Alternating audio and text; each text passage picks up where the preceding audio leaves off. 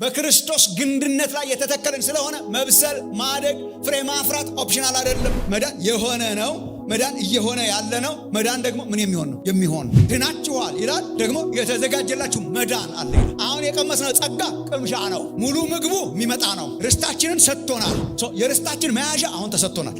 ርስታችን ግን ገና ነው፣ አላየነውም። ፉል የሆነውን ክፍያ አላየነውም። በሰማይ የተዘጋጀ መዳን ይለዋል። መንፈሳዊ ማቹሪቲ ምንድን ነው? እየዳኑ መሄድ። መብሰል የመዳናችን ኮምፖነንት ነው። መብሰል ማደግ ወሳኝ ነው ወይ? በጣም። ለምን? የዳግም የመወለድ ምልክት። ያላደጉ ሰዎች የሚፈጥሩት ጣጣ በጣም ብዙ ነው። ቸርሱት በነጋታው ራስን ስታገኘው ትንሽ ኢየሱስን የሚመስል ምልክት አለው። አርቲፊሻል እድገት አቁም ወንድሞች እናቶች፣ የተቀባባ እድገት እናቁም። በምን ይገለጣል? ያደጉ መምጣት፣ ፕሮግሬሲቭ በሆነ ቅድስናን ለሰው ካረግነው ድራማ ሰሪ እንሆናለን። እንደ ፈሪሳውያን ሰው አላድግ ሲል እንትን ተፈቅዷል እንትን አልተፈቀደ ያለማደግ ምልክቶች ናቸው። ክርስትና የሞራል ማሻሻያ ፕሮግራም አይደለም። የጥንቱን ማንነታችንን አፈራርሶ አዲስ ሰው አረገ። በዚያ አይሁዳዊ የለም፣ ግሪክ የለም፣ ባሪያ የለም፣ ጨዋ የለም፣ ወንድ የለም፣ ሴት የለም፣ ሁሉም በክርስቶስ አንድ። አሁን እኔ እዚህ ስለተወለድኩና ይሄን ቋንቋ ስለተናገርኩና ይሄ ባህሌ ስለሆነ ሳይሆን የመረጠኝ እግዚአብሔር ከዚያ በፊት ገና ዓለም ሳይፈጠር በፊቱ ቅዱሳንና ነውር የሌለን እንሆን ዘንድ በክርስቶስ መረጠን። አንደኛ ጴጥሮስ ምዕራፍ 2 ነበር ላስት ዊክ ያነበብነው። አንደኛ ጴጥሮስ ላይ ትንሽ መንሸራሸራችን አይቀርም። አንደኛ ጴጥሮስ ምዕራፍ 1 ላይ ከቁጥር 13 ጀምሮ እስከ ቁጥር 25 እስከ መጨረሻው ድረስ ያሉትን እንድናነባቸው ነው ማስበው።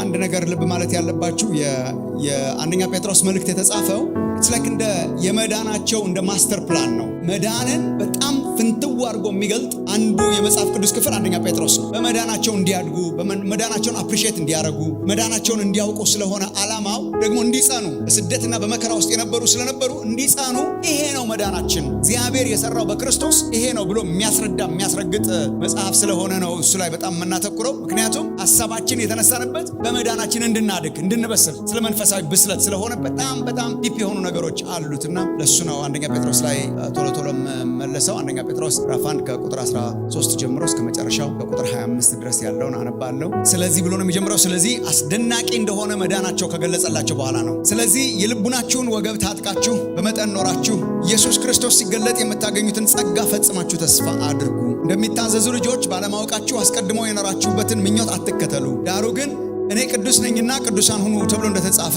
የጠራችሁ ቅዱስ እንደሆነ እናንተ ደግሞ በኑሯችሁ ሁሉ ቅዱሳን ሁኑ። ለሰው ፊትም ሳያደላ በእያንዳንዱ ላይ እንደ ሥራው የሚፈርደውን አባት ብላችሁ ብትጠሩ በእንግድነታችሁ ዘመን በፍርሃት ኑሩ።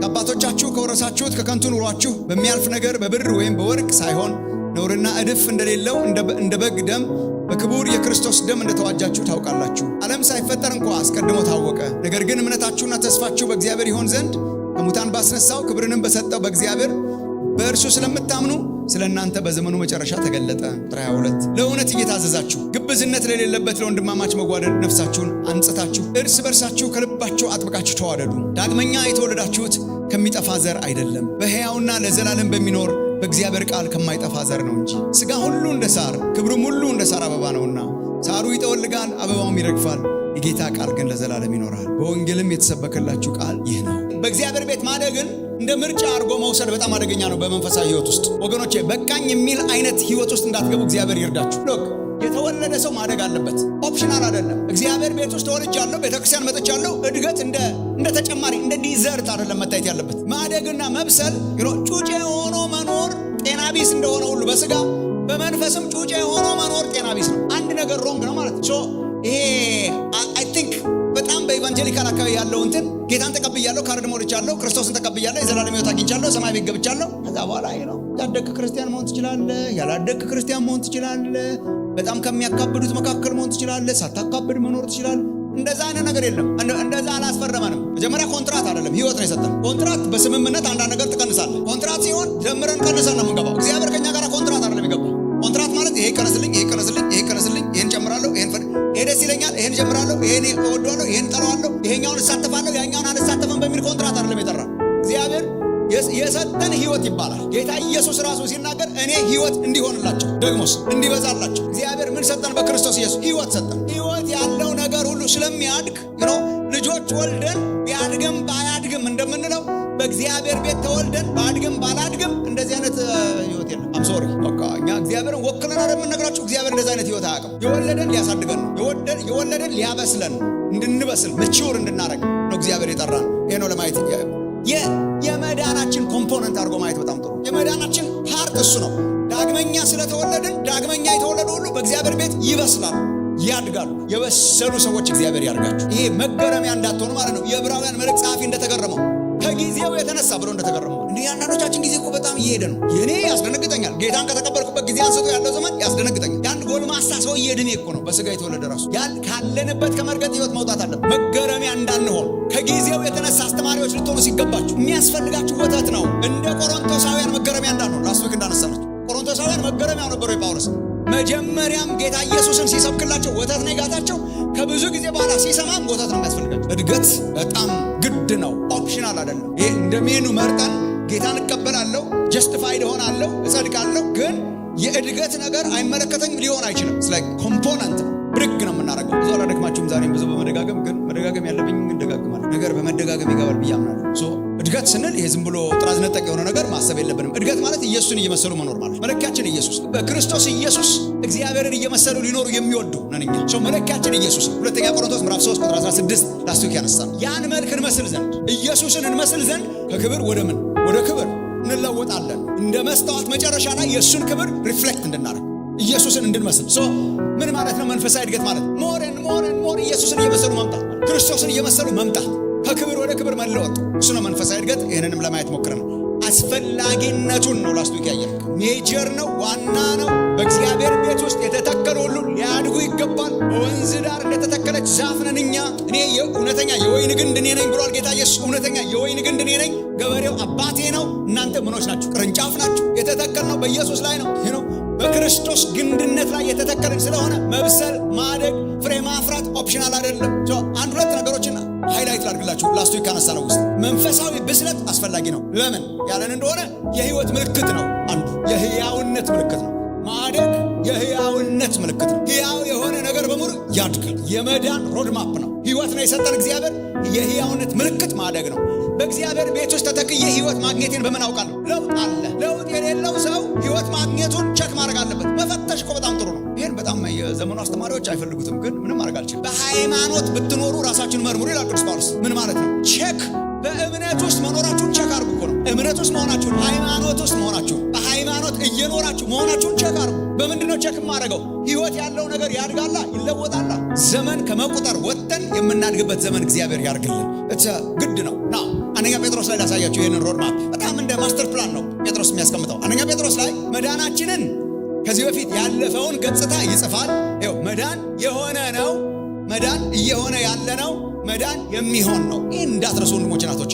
መዳን ላስት ዊክ አንስተነዋል። መዳን የሆነ ነው፣ መዳን እየሆነ ያለ ነው፣ መዳን ደግሞ ምን የሚሆን ነው? የሚሆን ነው። በሌላ አገላለጽ ድነናል፣ እየዳንን ነው፣ እንድናለን። በቃ ይሄ ነው ገጽታው፣ ይሄ ነው። ድነናል፣ እየዳንን ነው፣ ደግሞ እንድናለን። የሆነ ያለው ገጽታ ማለት በተደጋጋሚ የማይፈጸምና የተፈጸማል። ጽድቅ ይባላል። ይሄ ላስት ዊክ ያነሳ ጀስቲፋይድ። ጽድቅ ምንድን ነው? የሆነ ነው።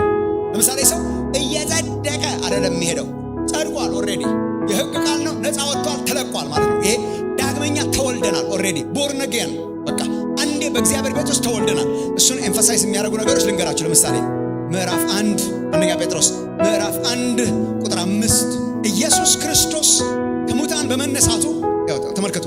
ኢየሱስ ክርስቶስ ከሙታን በመነሳቱ ለሕያው ተስፋና ለማይጠፋ እድፈትም ለሌለበት ለማያልፍ ምሕረት ርስት እንደ ምሕረቱ ብዛት ሁለተኛ የወለደን። ሰው ሲወለድ አይኖርም፣ ተወለደን። ሁለተኛ የወለደን የጌታችን የኢየሱስ ክርስቶስ አምላክና አባት ይባረክ ይላል። ሁለተኛ ወለደን። እንደገና ምዕራፍ 1 ቁጥር 23 ቅድም ሳነባይታችሁ እንደሆነ ዳግመኛ የተወለዳችሁት፣ አሁን ይሄ ዳግመኛ ትወለዳላችሁ ሳይሆን ዳግመኛ እየተወለዳችሁ ነው ሳይሆን ዳግመኛ ተወልዳችሁ። ይሁን የሆነ ነው፣ ሀፕን ያደረገ ነው፣ ኦልሬዲ የተከናወነ ነው። ዳግመኛ የተወለዳችሁት ምዕራፍ 2 ቁጥር 1 እንደገና ምዕራፍ 2 ቁጥር 1 ጌታ ቸር መሆኑን ቀምሳችኋል ይላል።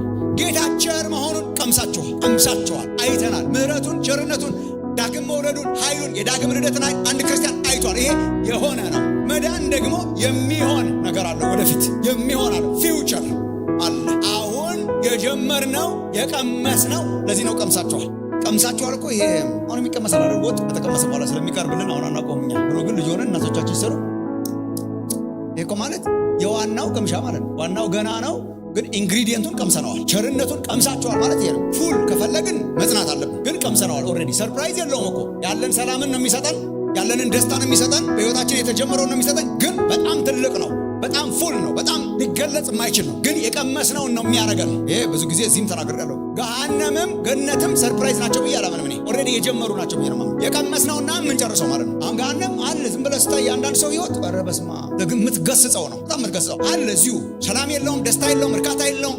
ቤቱ የተተናመሰ ነው። አካባቢው የሆነ አለች ትንሽዬ ሲኦል ውስጥ ነው የምንኖረው ወይ ትንሽዬ ገነት ውስጥ ነው የምንኖረው። አሁንም ራሱ ምን ትባላለች? ቀምሳቸዋል። ገሃነምን ቀምሳቸዋል ሊሆን ይችላል። ቸርነቱን ቀምሳቸዋል። ለእኛ ቸርነቱን ቀምሳቸዋል አደረገልን። ሙሉ ግን ይገለጣል። ስለሱ ደግሞ ያወራል ጴጥሮስ። ለምሳሌ አንደኛ ጴጥሮስ ምዕራፍ 1 ቅድም ያነበብነው ሕያው ተስፋ ነው ይላል።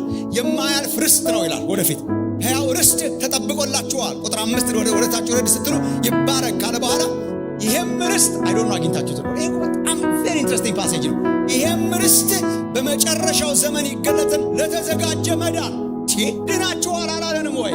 ብብላችሁ እንደሆነ ድናችኋል አላለንም ወይ ብሏል። ግን በመጨረሻው ዘመን ሊገለጥ ላለ ለተዘጋጀ መዳን በእምነት በእግዚአብሔር ላይ ለተጠበቃችሁ ለእናንተ በሰማይ ቀርቶላችኋል ይላል። ዳግም ተወልዳችኋል ይላል። እነን በሰማይ ቀርቶላችኋል ይላል። አለ ደግሞ በሰማይ የምንገባበት አለ። የቀመስነው ግን አለ፣ ተጠብቆላችኋል፣ በሰማይ ተዘጋጅቶላችኋል። በመጨረሻው ዘመን የተዘጋጀ መዳን ደግሞ አለ። ድናችኋል ይላል፣ ደግሞ የተዘጋጀላችሁ መዳን አለ ይላል። ይህ በጣም ግልጽ መሆን አለበት በአንድ ክርስቲያን ሕይወት ውስጥ። አለ ደግሞ የተዘጋጀ መዳን ምንገባበት። ምዕራፍ 1 ቁጥር 13 ቅድም ያነበብነው የልቡናችሁን ወገብ ታጥቃችሁ በመጠን ኖራችሁ ኢየሱስ ክርስቶስ ሲገለጥ የምታገኙትን ጸጋ ፈጽማችሁ ተስፋ አርጉ። this is future እየታያችሁ ነው ወገኖች፣ ወይስ ለኔ ብቻ ነው የሚታየኝ? this is future። ኢየሱስ ክርስቶስ ደግሞ ሲገለጥ ደግሞ የተዘጋጀ ጸጋ አለ። በጸጋ ድናችኋል ይላል፣ ደግሞ የተዘጋጀ ጸጋ አለ ይላል። ምን ማለት ነው? ምን ኮንፊውዝ አያረግም ወይ? አያረግም። ለምን? አሁን የቀመስነው ጸጋ ቅምሻ ነው። ሙሉ ምግቡ የሚመጣ ነው። ርስታችንን ሰጥቶናል። እንዲያውም ኤፌሶን መጽሐፍ ስታነቡ ምዕራፍ 1 ላይ አሁን በመንፈስ ቅዱስ በውስጣችን የምንለማመዳቸው ነገሮች እንደ ቀብድ እግዚአብሔር የሰጠን ነው ይላል። ጋራንቲ ነው። የርስታችን መያዣ።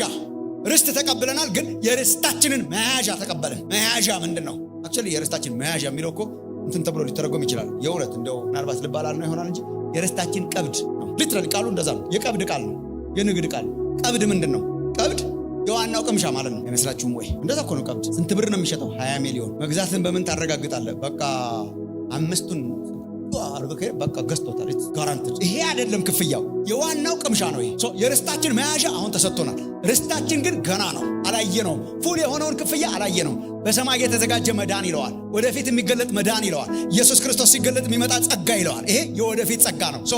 ድነናል፣ ዳግም ተወልደናል። ደግሞስ ወደፊት የሚመጣ ርስትና ጸጋ ደግሞ እንጠባበቃለን። በመሃልስ ጭናት እኮ እድገት ማለት እየበሰለን እንሄዳለን። እሱ ነው መዳን። ያድነናል ማለት እሱ ነው። ሌላ ምንም ኮምፕሊኬት ነገር የለው። መንፈሳዊ ማቹሪቲ ምንድን ነው? እየዳኑ መሄድ። አይ ቲንክ እንደዚህ ቢነገረን ነው በጣም ይሻል። ድኛለሁ ባላድግም ችግር የለም እንዳትሉ፣ ዳንተኛ ክርስቲያን እንዳትሆኑ። ድኛለሁ ባላድግም፣ ባልበስልም፣ ባላገለግልም፣ ባላካብድም እንዳትሉ። ማደግ፣ መብሰል የመዳናችን ኮምፖነንት ነው። ድነናል። በምን ይገለጣል? ጸድቀናል፣ ታጥበናል፣ ጸጋ ተቀብለናል፣ ቀምሰናል ጌታ ቸር መሆኑን። እንድናለን። በምን ይገለጣል? ወደፊት የተዘጋጀ መዳን አለ፣ እሱን እንወርሳለን። አሁንስ ምን እየሆንን ነው? በመሃል እየዳንን ነው። በምን ይገለጣል? እናድጋለን፣ እንበስላለን። ልክ እንደ ችግኝ ነው። ጸድቀናል በክርስቶስ እያደግን ፍሬ እናፈራለን። ወደፊት ደግሞ ሃርቨስትድ እንሆናለን ማለት ነው በመከር ጊዜ። እሱ ነው። አሁን የሆነው ምንድን ነው? አንደኛ ጴጥሮስ ምዕራፍ 1 ላይ ያነበብነው የሚሆነው ምንድን ነው? ቁጥር 3 እስከ 5 ያነበብነው። አሁን እየሆነ ያለውን ደግሞ በምን ይገለጣል? ይሄው አንደኛ ጴጥሮስ ምዕራፍ 2 ቁጥር 1 ጌታ ቸር መሆኑን ስለቀመሳችሁ በመዳናችሁ እደጉ። ድናችኋል፣ ትድናላችሁ። አሁን ምን እናርግ? በመዳናችሁ እደጉ፣ ብሰሉ። መብሰል ማደግ ወሳኝ ነው ወይ? በጣም። ለምን? የዳግም የመወለድ ምልክት። ቸክ ላርግ ዳግም መወለዴን በምን አውቃለሁ? የተወለደ ምን ይሆናል? አለማደግ ሹድ ቢ ሰርፕራይዝ። በልጅነታቸው እየተኮራሩ የሚኖሩ ክርስቲያኖች አሉ። ምንም እኔ ጌታ ኢየሱስ ተቀብያለሁ፣ በቃ እንደምን ብዬ አንድ ቀን መንግስተ ሰማያት አንዳንድ ነገር በጣም ጠለቅ ብዬ ለመግባት ነው። ይሄ እኮ የሚያኮራ አይደለም። ይሄ እኮ ማለት ልጅህ በቃ አላድግም ብሎ ሲያስቸግር ማለት ኢትስ ቬሪ አንናቹራል። ህይወት ያለው ነገር በሙሉ ያድጋል። የማደግ ዘመን ያድርግላችሁ እግዚአብሔር። የመብሰል ስፒሪቹዋል ማቹሪቲ በጣም ቁጥራችን እየበዛ በመጣ ቁጥር መፈተሽ ያለብን አንድ ነገር እየበሰልን መምጣታችን። ባለበሰሉ ክርስቲያኖች በብዙ ሚሊዮን ምድር ብትሞላም በረከት የለም። ይሄ ዝም ብላችሁ በቃ ዝም ብላችሁ ይሄ ማያዝ በጣም ቁጥራችን የበሰሉ ሲሆን ነው። ማብሰል ነው የእግዚአብሔር ሥራ። በክርስቶስ ይላል ጳውሎስ ቆላስይስ ምዕራፍ 1 ላይ በክርስቶስ ፍጹም የሆነን ሰውን እናቀርብ ዘንድ እርሱን እንሰብካለን ይላል። ክርስቶስን ምን አይነት ሰውን ለማቅረብ? ፍጹም የሆነ ሰው፣ መቹር የሆነ ሰው፣ የበሰለ ሰው። ቁጥራችን በበዛ ቁጥር አብሮ የሚበስሉ ሰዎች እግዚአብሔር ያርገን። በምድራችን ላይ ብዙ ክርስቲያኖች አሉ፣ ግን ብዙ የበሰሉ መኖራችንን እንጠራጠራለን። በጣም ብዙ ነው ቁጥራችን፣ ግን ብዙ በስለናል ወይ? ሞራሊ ስፒሪቹዋሊ በእግዚአብሔር ፊት የበሰለ ክርስቶስን የሚያውቅ ሰው እሱ ነው የእግዚአብሔር ጥማት። የእግዚአብሔር ጥማት ብስለት ይመስለኛል። አሁን በዚህ ዘመን መብሰል መቹር ማድረግ። ሲፈትሻችሁ ሕፃናት ሆናችሁ እንዳትገኙ። ሌላስ በጣም ወሳኝ ነው። በጣም ለምን ያላችሁ እንደሆነ ጣጣው ብዙ ነው። አለማደግ ይኸው አለላችሁ እዚህ ሐሜትን፣ ክፋትን፣ ተንኮልን፣ ብዝነት እያለ የሚዘረዝረው የአለማደግ ምልክት አስወግዳችሁ ጌታችን መሆኑ ስለቀመሳችሁ እደጉ። አለማደግ ምልክቱ ምንድን ነው? ተንኮልን፣ ክፋትን፣ ሐሜትን ጣጣው ያላደጉ ሰዎች የሚፈጥሩት ጣጣ በጣም ብዙ ነው። ቸርች ውስጥ አለመብሰል የሚያመጣው ጣጣ ለቸርች ብዛቱ ኢሞራሊቲያቸው መከራ ነው። ስፒሪቹዋል ጊፍት ላይ አሁን ጳውሎስን ስትወስዱት አንደኛ ቆሮንቶስ 12 እስከ 14 ላይ ላስቱ ያነሳውላችሁ ሕፃን ናችሁ እኮ ነው የሚላችሁ። ሕፃናት ናችሁ። አሁን ጸጋ ስጦታ ላይ አተራመሱ። በጣም በልሳን ብቻ ይተራመሳሉ። ጩኸት አለ ምናምን አለና ጳውሎስ ሲያይ እንዲህ ሕፃናት ናችሁ ገና በመንፈሳዊ ነገር ሕፃናት አትሁኑ። በጸጋ ስጦታ የተተራመሱት ለምንድን ነው? ሕፃንነት። ኤፌሶን 4 ላስቱ ያስችላችኋል። በትምህርት ነፋስ ዥው እያለን ወደፊት ሕፃናት መሆን አይገባንም። እዚህ ዥው የሚያበዙ ሰዎች ምኖች ናቸው? ሕፃናት። የቤተ ክርስቲያን አንዱ ክራይሲስ የሚመስለኝ እኔ አለመብሰል ነው። ብዙ ዕድሜ ያስቆጠሩ ያልበሰሉ ሰዎች ሲበዙ ጣጣውን አንችለው። ስለዚህ ከጣጣው መውጣት ያርግልን እግዚአብሔር። እንዴን ስለ ተስፋ ማውረተናል። ይሄ ብላችሁ የላስቱ ሪቫይዝ ማድረግ እድገት ተስፋችንም ጭምር ነው። የዳግም የመወለዳችን ምልክት ነው። ከጣጣም የሚጠብቀን ነገር ነው። ግን ሪሊ ተስፋ የተፈተነ ባህሪ ተስፋ ነው ይላል ጳውሎስ። እዚህ ላችሁ እንደሆነ ሮሜ ምዕራፍ 5 ላይ ነበር። በመከራችን እንደሰታለን፣ ደስ ይለናል በመከራችን። ለምን? መከራ የተፈተነ ማንነት ይሰጠናል፣ የተፈተነ ባህሪ ይሰጠናል፣ መቹር የሆነ ባህሪ ይሰጠናል። እሱ ደግሞ ተስፋችን ነው፣ ማያሳፍር ተስፋችን ነው። ፍሬ ካየህ አንድ ሰው ላይ ፍሬ ካየህ ተስፋ አለው። ገበሬው ይለቅመዋል ማለት ነው። ፍሬ ካለ በጣም ፍሬ ያለው ዛፍ ተስፋ አለው፣ ይለቀማል። ፍሬ ስናፈራ በህይወታችን ለውጥ ሲመጣ መቹር ስንሆን ስንበስል ሳክሽሪ ጆይ ለምን ጋራንቲ ያደርገኛል። ተስፋ አለ። እግዚአብሔር በዘመን መጨረሻ ሃርቨስት ከሚያደርጋቸው መካከል ለመሆን ተስፋ አለ። የማያሳፍር ተስፋ ምልክት ስለሆነ ላስት ዊክ የብስለትን አስፈላጊነት ነው፣ የማቹሪቲ አስፈላጊነት። ዛሬ በምን ይገለጣል? በምን ይለካል? የበሰለ ሰው በምን ይታወቃል? እኛም እንድናውቀው ሰውም እንዲያውቅ ማለት ነው። በነገራችን ላይ ልጅን ተናገሬ ማለት በጣም ጥሩ ነው። ማደግ ያስታውቃል። እያደግኩ ነው ማንም አልተረዳኝም እንጂ የሚለው ፈገግ ብሎ ማለት ብቻ ያለ የማያስታውቅ እድገት የለም። ምንም በተፈጥሮም የለም በመንፈሳዊ ህይወትም የለም። እድገት በቃ ያስታውቃል። አልተረዳችሁኝም እያደግኩ ነው ማለት ይላል ልጅ። ኤቪደንት በአነጋገሩ ታውቀዋለህ፣ በአካሄዱ ታውቀዋለህ፣ በአረማመዱ ታውቀዋለህ፣ በአስተሳሰቡ ታውቀዋለህ። መንፈሳዊ እድገትም ልክ እንደዛ ነው። ማንም አልተረዳኝም ማለታችን ይታወቃል፣ ያስታውቃል። ልክ እንደዚህ ጠጋ እያለን መለካት ብቻ ነው። ለምን? መለኪያው ኢየሱስ ነው። ይሄ ነው ኢየሱስን መምሰል ነው። ኢየሱስን መምሰል ከሆነ በየጊዜው ቼክ ማድረግ እንችላለን ማለት ነው። ብለድ ፕሬሸር ምናምን ቼክ እንደምናደርግ መንፈሳዊ ፕሬሸር ቼክ ማድረግ በጣም ጠጋ እያሉ ግድግዳው ላይ አለ ሜት ሞር ኢየሱስን እየመሰልኩ ነው። እንደው እግዚአብሔር ይርዳኑ ወንድሞች ናቸው። በጣም ከባድ ኮንሴፕት ሆነ ይሄንን ማውራት። አሁን በቸርች በነጋታው ራስን ስታገኘው ትንሽ ኢየሱስን የሚመስል ምልክት አለ ወይ? ጨምሯል ወይ? ያስታውቃል። በጣም ሰው ሁሉ ያውቀዋል። የተደበቀ እድገት የለም። ቅድም ስለ ሳሙኤል ኮስታ ነሳልን ነበር። ስለ ኢየሱስም ኤግዛክትሊ የኢየሱስም አስተዳደግ እሱ በሰውም በእግዚአብሔርም ፊት የሁለቱም እድገት የሳሙኤልም እድገት የኢየሱስም እድገት በሰውም ፊት በእግዚአብሔርም ፊት ያድግ ነበር። እግዚአብሔርም ሲያይ አድጓል ይለዋል። ግን እግዚአብሔር ብቻ ሳይሆን ሰውም ሲያይ አድጓል። ይሄን ያርግላችሁ እግዚአብሔር። በሰውም በእግዚአብሔርም ፊት የሚታይ የተገለጠ የምንደብቀው እድገት ሊኖር አይችልም። የተገለጠ ለሰው የተገለጠ ለእግዚአብሔር የተገለጠ የምንገለጥበት ዘመን ያርግልን እግዚአብሔር። በመቹሪቲ የተገለጠ መለኪያዎች አሉት። ቴምፕሬቸሩ መለኪያ አለው። ያደጉ ሰዎች በምን ያስታውቃሉ? ይህን ማነሳላችሁ ለመሰላችሁ ትንሽ ከጥራዝ ነጠቅ መለኪያ ትገላገሉ። አንዳንድ ሰው ያደገ ይመስላል፣ ግን አይ ተቆክሎ ስለጸለየ እድገቱ እንዲያሳየን ይፈልጋል። ቢቢ ሆኖ መጮህ ይቻላል። በስሎም መጮህ እንዲሁም የበሰለ በአብዛኛው እንደውም ብዙ የለውም፣ ግን እሺ ይሁን። የበሰለም ይጮሃል፣ ግን ሳይበስሉም መጮህ ይቻላል። ይህ በጩኸትና በዝላይና ልክ እንደኔ የሆነ ነገር በመሆንና በመንፈራፈርና የጥራዝ ነጠቅ በሆነ በቃ በንግግሮችና በምን አይነት ያደጉ እየመሰለ ስትፈተሻቸው አንዳንድ ሰዎች የለባቸው አርተፍሻል። አንዳንድ ቃል ተመሳስሎ የተሰራ ኦፍኮርስ አገሩን የሞላው ራሱ ዋጋውም ረከስ ያለ ነው።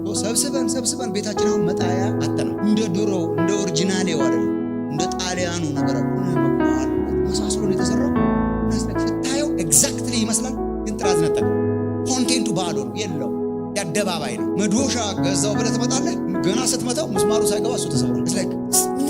በቃ የለው ሶሊዲቲ የለው፣ ሲፈተን የለው። ሲፈተን የሚገኝ እድገት ያብዛላችሁ እግዚአብሔር። ሲፈተን የሚገኝ ኦሪጂናል የሆነ ስኮራውን አገሩን የሞላው በየመንገዱ ታገኘዋለህ። በጣም ርካሽ ነው፣ በጣም አበለብል ነው፣ በጣም ይመስላል። ግን አንድ ነገር እንኳን እንኳን አያረግ። አርቲፊሻል እድገት አቁም ወንድሞች እናቶች፣ የተቀባባ እድገት እናቁም። በእውነተኛ ሚዛን ተመዝነን እግዚአብሔር ሲመዝነን ከብደን የምንገኝ፣ ሰውም ሲያየን ከብደን የምንገኝ፣ ዓለምም ስታየን ከብደን የምንገኝ እንድንሆን ነው እግዚአብሔር የሚፈልገው። አንደኛ ጴጥሮስ መልእክት ላይ አንደኛ ጴጥሮስ ብቻ ሳይሆን አዲስ ኪዳን ሳነብ አጠቃላይ የማገኛቸውን አንድ 3 ዋና ዋና መለኪያዎች አነሳላቸዋለሁ። ከዚህ በፊትም አንስቻቸዋለሁ። ሮሜ መጽሐፍ እዚህ ምዕራፍ 12 ስንማር ግን I want to remind us ያደገ ያለ ሰው በምን ይገለጣል? በጣም ግልጽ ነው። በተደጋጋሚ እነኚህ 3ቱ በተደጋጋሚ አሉ። አሳያቸዋለሁ። እነሱ በምንድን ነው የሚያስታውቀው? እድገት በምን ይለካል? አንደኛ ጴጥሮስም እንደሚያስተምረን እግዚአብሔርን በተመለከተ መንፈሳዊ ነገርን በተመለከተ እግዚአብሔርን ማስደሰት በተመለከተ ያደገ ያለ ሰው የቅድስና ፍላጎት ነው። አንዱን የቅድስና ግለት፣ የቅድስና ፍላጎት፣ የቅድስና ጥማት በምን ይገለጣል? ያደጉ መምጣት ፕሮግሬሲቭ በሆነ ቅድስና፣ ፕሮግሬሲቭ በሆነ የቅድስና ህይወት። ኮምፕሊትሊ ፍጽምና አይደለም፣ ግን እየተለወጠ እየተቀደሰ በመምጣት ፍላጎት ይጨምራል፣ ጥማት ይጨምራል። የመቀደስ እግዚአብሔርን በተመለከተ ሊሰኑ ወገኖች፣ ቅድስና ለሰው አይደለም። ቅድስና ለማን? ቅድስና ለእግዚአብሔር። ቅድስናን ለሰው ካረግነው ድራማ ሰሪ እንሆናለን እንደ ፈሪሳውያን። ቅድስናን ለሰው ካረግነው በሰው ፊት ድራማ የምንሰራ ተዋንያን ያደርገናል። በሰው ፊት ሰውን ኢምፕረስ እናደርጋለን። አካባቢያችን በጣም ይገረምብናል። በእግዚአብሔር ፊት ግን ቀለን እንገኛለን። በሚዛን ተመዘንክ ቀለህም ተገኘህ ከመባል እግዚአብሔር ይጠብቃችሁ። እግዚአብሔር ሲመዝን ይከበደ። ቅድስና ለእግዚአብሔር ነው። ወደ እግዚአብሔር የተደረገ ቅድስና ግን በሰው ይታያል ነው። ወደ ሰው ሳይሆን ወደ እግዚአብሔር ነው። ቅድስና ለእግዚአብሔር ነው፣ ግን በሰው ይታያል። የቅድስና ጥማት ነው ወንድሞች እናቶች። እድገት በምን ይታወቃል? ቆሻሻ ነገርን ይጠየፋል። ሳምሃው ላይፍ ማለት መንፈሳዊ እድገት በአካላዊ እድገት በጣም ተመሳሳይ ናቸው። ፕሮሰሳቸው ልጅ እያለን ባለፈው ያነሳሁት ዋና ቮካብለሪ ልጆችን ታሳድጉ ላስት ዊክ እንዳልኩ ልጆች ታሳድጉ ዋናዋ የልጅ አፍ መፍቻ ሳትሆን የወላጅ አፍ መፍቻ። የወላጅ አፍ መፍቻ ተው ያቃጥላል፣ ተው ይገልሃል፣ ተው እንትን ያረጋል። አቁማ በቃ ያ ሁሉ ያምረዋል ህፃን ሁሉ እና እያለቀሰ ነው የምታስጥለው የሚጎዳውን ነገር። በጣም አይገርማችሁ? የኤሌክትሪክ ሽቦ ይዛል ይላል፣ ይገለዋል። ተው ይገልሃል፣ ተው ይገልሃል ትላለህ። አያገባውምና ስትለየው ያለቅሳል። የሚጎዳው እንደሆነ አላደገማ። ያላደገ ህፃን ስለሆነ በሚጎዳው ነገር ሁሉ መጫወት ያምረዋል። ዛሬ ምን አይነት ነገር ነው የመጣባችሁ? ያላደገ ሰው ሁሉ ያምረዋል፣ የሚጎዳውን ጨምሮ ሁሉ ነገር። በቃ ልጆቻችን እንደዛ እኮ ነው። የሚጎዳቸውን መርዝ እያስለቀስክ ነው የምትነጥቃቸው። አያቁማ፣ አልገባውማ፣ ተው ነው በቃ ተው። እንደዛ ናቸው። እንደው አላሰብነውም እንጂ እኮ ወላጆች እግዚአብሔር ማመስገን አለብን። 20-30 ዓመት ሙሉ ተይ እያለን ቢሆን ኖሮ እኮ ጉሮሯችን ደርቆ ነው። ጥቂት ዓመታት በኋላ ራሱ አይነካም፣ ጭቃ አይነካም፣ መርዝ አይነካም፣ የሚጎዳው ነገር አይነካም፣ የሚያቃጥል ነገር አይነካም፣ የሚያረግ ነገር አይነካም ብሎ በግድ የምናስለቅቀውን ነገር አሁን የሚጸየፉት ለምንድን ነው? መልስ ማደግ ምን ያደርጋል? የሚጎዳ ነገር ያስጠይፋል። ኧረ በእግዚአብሔር እንንቃ። ማደግ በምን ይታወቃል? እንዴት ነው ሰው እያደገ መሆኑን በምን ተዳርጓል? ረግረግ አድርጎ እየበላ ስለጨዋ አይደለም። በቃ የሚጎዳውን ነገር አይነካም፣ ራሱ አይነካም። በቃ ተጨንቆና ተጠቦና በቃ ምናምን በቃ ሊጋለስቲክ ነገር ይተበስ እያለ ሳይሆን አይነካው። እያደገ ያለ ባህሪ ቆሻሻ ነገር አይነካም። ወደዛ አይነት እድገት እግዚአብሔር ያስገባል። አሁን እኔ አንዳንድ ጊዜ ለኃጢአት ለምንድን ነው የምንጨቃጨቀው እላለሁ። ሲሪየስሊ ኃጢአት ስለማድረግ ሰው ለምንድን ነው የሚጨቃጨቀው? ለምንድን ነው የምንጨቃጨቀው? እንትን ማድረግ ተፈቅዷል፣ ለምንድን ነው የምትከለክሉን ይላል አንዳንዱ ጴንጤ። ለምንድን ነው የምትከለክሉን? እንትን ማድረግ አልተፈቀደም። እስቲ በእግዚአብሔር ቃል አሳየኝ። እንትን የሚል ቃል አለ። የእኛን ዘመን የኃጢአት መገለጫዎች ባይብል ውስጥ ካላሳየኝ ይላል። የለም አይዛን ጊዜ ትጃራ የለም። አሁን ቅርብ ጊዜ ነው የተፈለሰፈ ፕሪንሲፕል ነው መማር ያለብን እንጂ አየህ ሰው አላደግ ሲል እንትን ተፈቅዷል እንትን አልተፈቀደ ያለማደግ ምልክቶች ናቸው። አትንካ፣ አትያዝ፣ አትቅመስ፣ እንትን አለ ወይ የለም ወይ ሜኑ ውስጥ ገብቷል አልገባም በክርንትስ ይሄ ሁሉ ጭንቀት ምን አመጣው? እያደገ ያለ ክርስቲያን እኮ ያስታውቃል። ለምን ተፈቅዷል አልተፈቀደ እየተጸየፈው ይመጣል። ራሱ እንኳን በግልጽ ኃጢአት የሆኑትን ነገሮች አጠራጣሪው ነገር ሁሉ እንኳን አያምረውም። ኃጢአት ያልሆነ ግን ሊጎዳው የሚመስል ማት ነገር ይተዋል። ኢየሱስን እየመሰለ ነው የሚሄደው። የመንቃት ዘመን እግዚአብሔር ያርግልን። ያደገ ሰው በምን ያስታውቃል? ጋሻን ይጸይፍ። ልክ እንደ አካላዊ እድገት በቃ ሲያደግ ሲደርስበት ይተዋል። እንዴ ለእኔ ረብ የነበረውን የሚለው እኮ ጳውሎስ አንዳንዱን እኮ ስታዩት እኮ ኃጢአትነት እኮ የለውም። ፈሪሳዊነት፣ አይሁዳዊነት፣ በሱ መመካት ምናምን እኮ እኛ አሁን ቀለም አበጅተንለት በጣም መንፈሳዊ ልናደርገው የምንችለው ነው። ቤተክርስቲያን አሳላጅነት፣ ለክርስቶስ ያለ ለእግዚአብሔር የነበረ ቅናት እና ማት ነገሮች ይዘረዝርና ለእኔ ረብ የነበረውን ሁሉ ተጸይፌዋለሁ ይላል። እንደ መኖር ቆጥረዋለሁ፣ እንደ ቆሻሻ ነገር ቆጥረዋለሁ ይላል። ረብ እንደሌለው ነገር ቆጥረዋለሁ ይላል። ዋይ እድገት እሱን ነው የሚያመጣው። እያደግህ ስትመጣ ቆሻሻን ትጸየፋለህ። ቤት ያገኘ ነው ምዕራፍ 1 ቅድም ያነበብነው። ምዕራፍ 1 እና ምዕራፍ 2 ስለ መንፈሳዊ እድገት ናቸው። አሳያቸዋለሁ ኔክስት ዊክም። አንደኛ ጴጥሮስ እደጉ፣ ተሰሩ፣ እደጉ። መንፈሳዊ ቤት ለመሆን እየተሰራችሁ እደጉ ነው። በቃ ተሳሱ። በምን ያስታውቃል? ምንድነው መገለጫው? ፈርስ ዋን የሚያሳያቸው ይሄ ነው። ቁጥር 13 ጀምሮ በሉ በቃ የልቡናችሁን ወገብ ታጠቁ ይላል። ልብ ለካ መታጠቂያ ያለ ይህ ወገብ ብቻ ነው የምናቆኛ። ተዘጋጅ ይላል። የልቡናችሁን ወገብ ታጥቃችሁ ተነሱ ይላል። ምን በማድረግ? ቁጥር 14 እንደሚታዘዙ ልጆች ባለማወቃችሁ አስቀድሞ የኖራችሁበትን ምኞት አትከተሉ። ባለማወቅ ዘመን፣ በልጅነት ዘመን ትከተሉት የነበረው አትከተሉ። ተመልከት ቁጥር 15 እኔ ቅዱስ ነኝና ቅዱሳን ሁኑ ስላለ እግዚአብሔር። ይሄ የማይለወጥ ፕሪንሲፕል ነው። ከዘሌዋውያን አንስቶ እስከ ሬቨሌሽን ድረስ ብትገቡ፣ እስከ ራእይ መጽሐፍ ድረስ ብትሄዱ እኔ ቅዱስ ነኝና ቅዱሳን ሁኑ ተብሎ እንደተጻፈ የጠራችሁ ቅዱስ እንደሆነ እናንተም ደግሞ በኑሯችሁ ሁሉ አስመሩባት ወገኖች፣ በኑሯችሁ ሁሉ ቅዱሳን ሁኑ። እደጉ፣ ተሰሩ፣ እደጉ፣ በመዳናችሁ እደጉ። በምን ይገለጣል?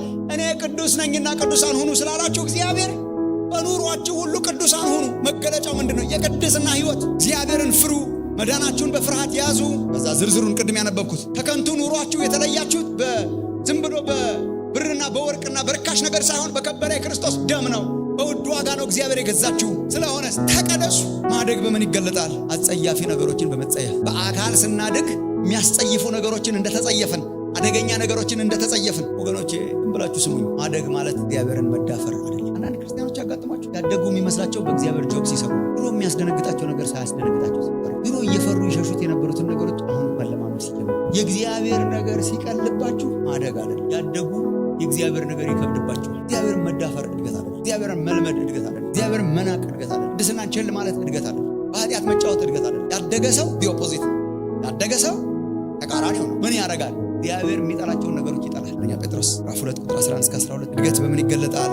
መገለጫው ምንድነው? በቅድስና ህይወት። ቁጥር 11 ተመልከቱ። ወዳጆች ሆይ ነፍስን ከሚዋጋ ስጋዊ ምኞት ትርቁ ዘንድ እንግዶችና መጻተኞች እንደመሆናችሁ ለምናችኋለሁ ይላል። ስለሚመለከተው ስለ መልካም ስራችሁ መጣበታለሁ። ስለሚመለከተው ስለ ክፉ እንደምታደርጉ በዚያ እናንተን በሚያሙበት ነገር በሚጎበኝበት ቀን እግዚአብሔርን ያከብሩትን በአሕዛብ መካከል ኑሯችሁ መልካም ይሁን። ኑሯችሁ መልካም ይሁን። ነፍስን ከሚዋጋ ስጋዊ ምኞት ራቁ፣ ሽሹ። እንግዶች ናችሁ፣ መጻተኞች ናችሁ በዚህ ዓለም ላይ። ነፍሳችሁን የሚዋጋ ስጋዊ ምኞት አለ። ይሄ እኮ ከድርጊት በፊት ነው። ምኞት አለ። ተዋጉ።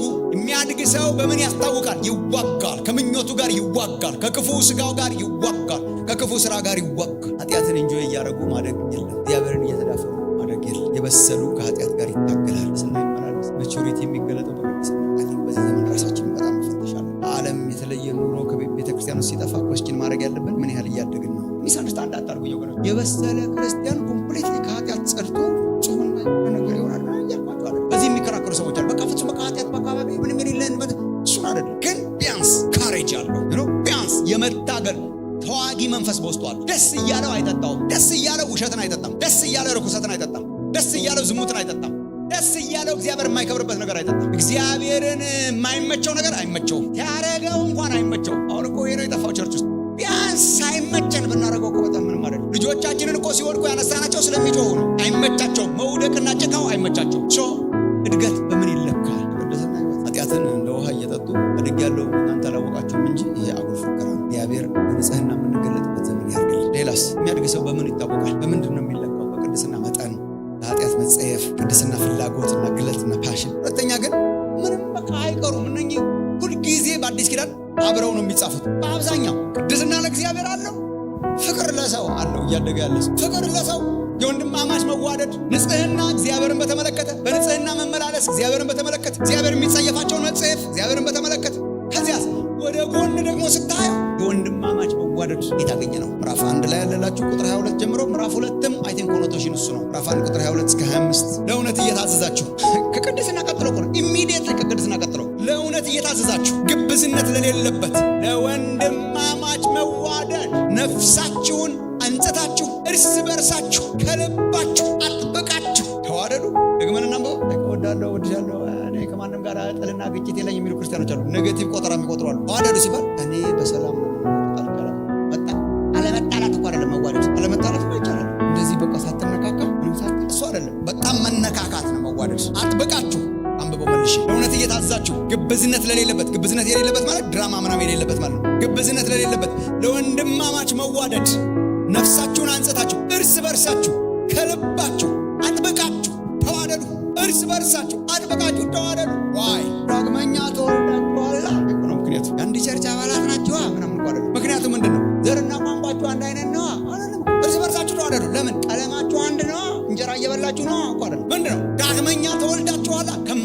ዘር ዳግመኛ የተወለዳችሁ ክርስቶስ።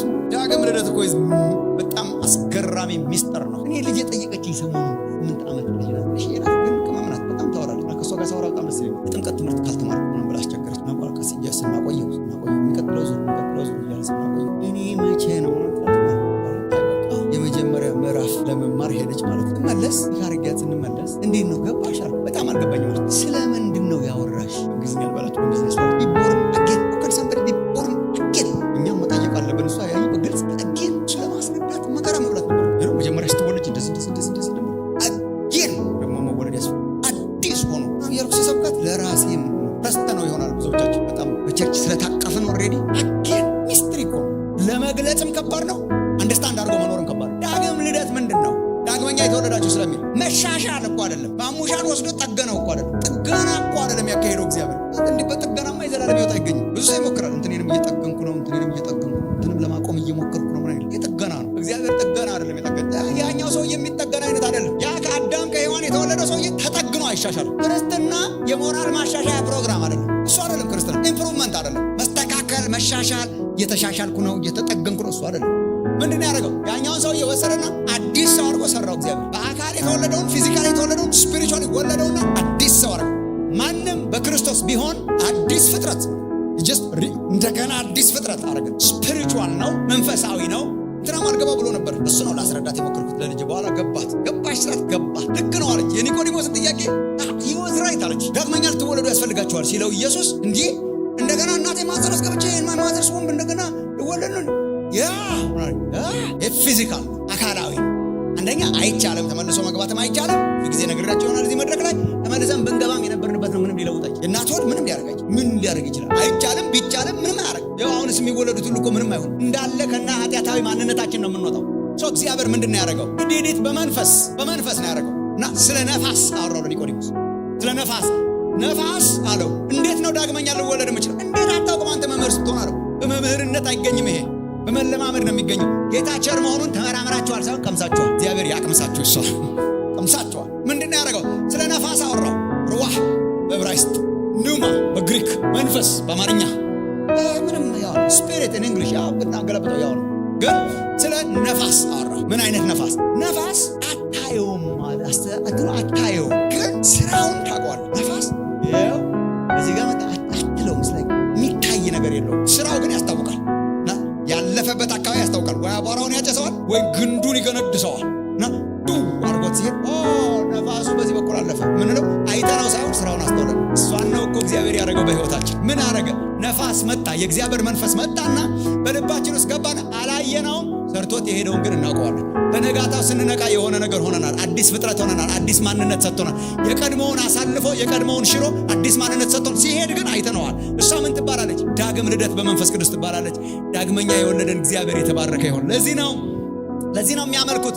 እግዚአብሔር ይባረክ። ዳግመኛ የወለደን እግዚአብሔር ይባረክ። ዳግም ልደት የሰጠን እግዚአብሔር። ለምን? የሰው ስራ አይደለችም። አዲስ ማንነትን ሰጥቶን ሄደ። ስንቶቻችሁ ተለማመዱ?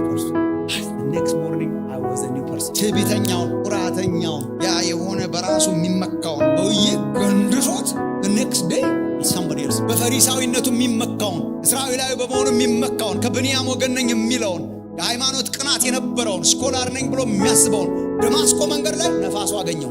ከኔ ማጂክ ሳውል የተባለ ደማስቆ መንገድ ላይ ያውን ክርስቲያኖችን ለማሳደድ ሲሄድ ሳውል አለው ክርስቶስ። ስለምን ታሳድደኛለህ? ማን አንተ? የናዝሬቱ ኢየሱስ ነኝ። አይኑ ታወረ። ቅርፊት ሲነሳ አዲስ ሰው ነው። ከዛ በኋላ ዳግም በተወለደባት ምዕራፍ ላይ ሳውልም እየበረታ ሄደ ይላል። ያደገ መጣ ማለት አዲስ ሰው ሆኖ ተወለደ። የጥንቱን ማንነታችንን አፈራርሶ አዲስ ሰው አረገን። በዚያ አይሁዳዊ የለም፣ ግሪክ የለም፣ ባሪያ የለም፣ ጨዋ የለም፣ ወንድ የለም፣ ሴት የለም። ሁሉም በክርስቶስ አንድ፣ ሁሉም በክርስቶስ አዲስ ሰው አድርጎ እግዚአብሔር ሰራን።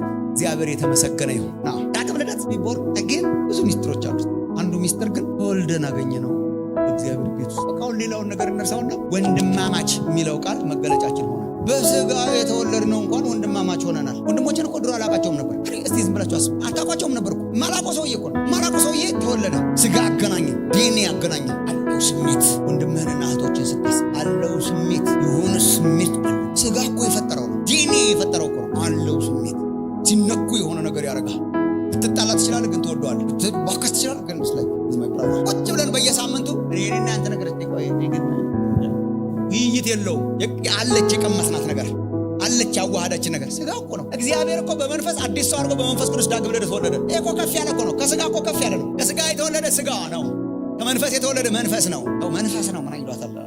ሰው መንፈስ ነው እኮ አይልም። ከመንፈስ የተወለደ መንፈስ ነው ማለት እኮ ሰው መንፈስ ነው ማለት አለ። እሱ ሌላ ጊዜ አናገባኝ ሰው ሳገኘው በጣም ያስቆኛል። ሰው መንፈስ ነው ይላል። ጥቅስ አምጣ ምናምን ስትለው ከመንፈስ የተወለደ መንፈስ ነው ይላል እኮ። ከመንፈስ የተወለደ መንፈስ ነው ይላል እንጂ ሰው ብሎ አይጀምርም። ዝም ብሎ ማንበብ ብቻ እኮ ነው። እኔ አንዳንድ ሰዎች በጣም ያስቆኛል። ሰው መንፈስ ነው ይላል እግዚአብሔር ቃል በትክክል ይላል። እስቲ አንብብልኝ ስትለው ከመንፈስ የተወለደ መንፈስ ነው ይላል እኮ። ከመንፈስ የተወለደ መንፈስ ነው እንጂ ሰው መንፈስ ነው እኮ አይልም። ሁሉ እኮ የተለያየ ነው። በመንፈስ ወለደን እና አዲስ ሰዎች ምን ማለት ነው? አዲስ አይደንቲቲ ሰጠን። በጣም የኢትዮጵያ ክርስቲያን በጣም መማር ያለበት ይመስለኛል። የሌላው ሀገር ያስፈልገዋል፣ የኢትዮጵያ ግን በጣም ያስፈልገዋል። በዚህ ጊዜ ዳግም ልደት አዲስ ማንነት ነው የሰጠን። ዓለማችንን አይደለም የቀባው፣ አዲስ ማንነት ሌላ ማንነት ነው የሰጠኝ። ኢየሱስ ክርስቶስ መገለጫ የሆነ አይደንቲቲ የሆነ ከዛ ሰውን በምን ታውቃለህ? በክርስቶስ። አንተ ማነህ? የክርስቶስ ማነው መገለጫ? ኢየሱስ ክርስቶስ። ሌሎቹ መገለጫዎችስ አሉ ግን በጣም ብዙ ጊዜ እዚህ አንስቼላችኋለሁ አስታውሳለሁ። አሉ ግን እርባና ቢስ አረጋቸው። አሉ ግን ሚዛን አይደፉም። ምን ማለት ነው? መገለጫ የለም እንዴ? የድሮ አለኝ። ታዲያስ ኢየሱስ በድሮ መገለጫዎች ላይ ተለጣፊ አይደለም። ግን በጣም ብዙ ሰብካለሁ ሳላፍር አሁንም ሰብካለሁ ማለት የሆነ ኢትዮጵያዊ ነኝ። ዋና ማንነቴ ይሄ ነው። እሺ ኢየሱስ ክርስቶስንም ተቀብያለሁ። ኧረ እና ምንድን ያደረገው? አፈራርሶ እሺ አለ። አዎ ፓስፖርቴም ኢትዮጵያ ነው፣ ቀለሜም ኢትዮጵያ ነው፣ አነጋገሬም ኢትዮጵያ ነው። ልክ ነው። በቃ አንተ ኢትዮጵያ አይደለም ወይ? ነኝ። እና ታዲያ ዋና አይደንቲቲ ምንድን ነው? ኢየሱስ ዋና አይደንቲቲ አይደለም። ይሄ ምን ሆነ? ሰከንደሪ በአካባቢው ያለ አለ ግን የማይነዝረኝ ነገር አረገው። ይቅርታ አገር ወዳለሁ ግን የሚያደርገኝ ሌላ አረገው ማለት ነው። ድሮ የሚያደርገኝ ይሄ ነበር፣ አሁን ሌላ አረገው። አምላኬ ታድጎኛል፣ ዜግነቴን ለውጦታል፣ ቋንቋዬ ቀይሮታል። በኤፌሶን ያሉ ቅዱሳን ነው የሚላቸው። አየህ ያሉ ነው ዜግነቴ ቀይሮታል እኮ ማለት ነው። አሁን የት ነው ያሉ? በኢትዮጵያ ላሉ፣ አዲስ አበባ ላሉ፣ የኢትዮጵያ ቋንቋ ለሚናገሩ፣ እንጀራና ቆጮ ለሚበሉ አይዴንቲቲያቸው ሌላ፣ ሜጀር አይዴንቲቲ ሌላ። አይሁድ፣ ግሪክ፣ ባሪያ፣ ጨዋ፣ ኢትዮጵያ፣ አሜሪካ፣ አማራ፣ ትግሬ፣ ኩዩ፣ ዩጋንዳ ምን አለ? ያ ቋንቋውን ልናገረው ተናገረው። በነገራችን ላይ ሌላ ኤክስትሪም ይሄ ነው። ቋንቋውን ልናገር ተናገረው። ቋንቋ ነው አበረው። ባህሌስ አክብረው። እንትኑስ በጣም አሪፍ ነው፣ ደስ ይል። ሌላ ልሆን አልችልም፣ ፈረንጅ ልሆን አልችልም። ፈረንጅም ክርስቲያናዊ አይደለም፣ የኔም ክርስቲያናዊ አይደለም። ክርስቲያናዊ ነገር ክራይስት ብቻ ነው። ሶስት በቃ ምግቡንም ብላ እንትኑንም አርግ፣ ሙዚቃውንም በጥንቃቄ በጣም እንትን ያደርጋሉ። በጣም እንትን ያደርጋሉ። ግን ስላይክ አሁን ሙዚቃውን ስንጫወት በኛው ነው ተቀኘው እንትን አርገው ሪስፔክት አርገው እንትኑን አርገ ካልቸር ልብሱንም ልበስ ከፈለግ ኢትስ ፋይን። ታዲያስ ዋና የሚያንቀጣ እሱንም አቀየረው። ምን አረገው? ኢን ክራይስት በዚህ የምንኖር ግን ኢን ክራይስት የሆነን አረገን። ክብር ለእግዚአብሔር ይሁን። ይሄ ምን አረገን? ወንድሞችና እህቶች። እኛ አሁን ወንድሞችና እህቶች ማት ጊዜ የተናገረለው ዛሬ የምናውቀው ወንድሞችና እህቶች ኢየሱስ ነው አይዴንቲቲያችን፣ ኢየሱስ ነው ማንነታችን። እኔ መጀመሪያ እንትን አይደለሁ። በዚህ የሚያምኑ ክርስቲያኖች አሉ። እኔ አላምንም። መጀመሪያ እንትን ቀጥሎ ክርስቲያን አይደለም። መጀመሪያ በእንትን ቋንቋቸውን ምናምን ያስገቡና መጀመሪያ እኮ የሚቀድመው መጀመሪያ አይደለም አይደል? እንዴት ሆኖ ነው የሚቀድመው እንዴ? እንትን ባትሆን ኖሮ ክርስቲያን ትሆን ነበር? አዎ። ለምን እንዴ? እንትን ቋንቋ ስናገር አይደለም እግዚአብሔር የመረጠኝ ዓለም ሳይፈጠር በፊት እያለ ዓለም ሳይፈጠር መቼ ነው የተመረጥኩት? እኔ እንትን ከመሆኔ በፊት ዓለም ሳይፈጠር ገና በእናቴ ማህፀን እኮ ነው የሚለው ጳውሎስ ለየኝ። ዓለም ሳይፈጠር እኮ ነው ማንነቴን የሰጠኝ። አሁን እኔ እዚህ ስለተወለድኩና ይሄን ቋንቋ ስለተናገርኩና ይሄ ባህሌ ስለሆነ ሳይሆን የመረጠኝ እግዚአብሔር ከዚያ በፊት ገና ዓለም ሳይፈጠር በፊቱ ቅዱሳንና ነውር የሌለን እንሆን ዘንድ በክርስቶስ መረጠን። ክብር ለእግዚአብሔር ይሁን። የትኛው ይበልጣል? ክራይስት ነው። የአንተ አይደንቲቲ ማን ነው? ኢየሱስ ክርስቶስ። የአንተም ኢየሱስ ክርስቶስ። ግን ስንገናኝ ወንድሞችና እህቶች፣ ዳግም ልደት ወንድሞችና እህቶች አረገን። መብሰል በምን ይገለጣል? ይህንን ሚስትሪ በመኖር ኢንፋክት ጌታ የገባው ሰው የሚያስታውቅህ ፍቅር ይለዋል። እያደገ ያለ ሰው በጣም እየወደደ ይመጣል። እንዴት ሰው 30 ዓመት ክርስቲያን ነኝ እያለ 30 ዓመት ይጣላል? ኢማጂን። በጌታ ስንት ዓመት ነው? 35 ዓመት ነው። 35 ነገር እየሆነ ነው። ክረምት ነገር ነበር የዳንኩትና መዳኔን ያስታውሰኛል። ደመናማ ሲሆን እኔ ነገር ነበር። 5 ዓመት ከተጣላ እኮ 35 ዓመት ተወልደህ ነበር ወይ? አው በጌታ እየበሰለ ሲሄድ ጠላቶች ሁሉ ይወዳል። እንኳን ወንድሙን በእግዚአብሔር ቤት ውስጥ የተወለደ። በምንድን ነው የሚለካው? በመውደድ አጥብቆ በመውደድ ለወንድሞችና